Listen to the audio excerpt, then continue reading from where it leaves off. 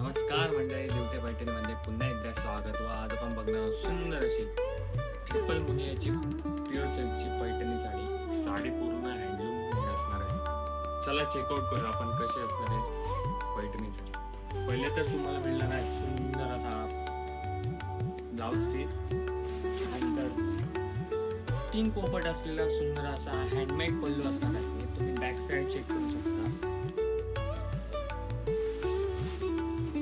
सुंदर असा हा ब्लॅक मध्ये पिंक मिक्स केलेला हा पर्पल शेड असलेला राणी कलर.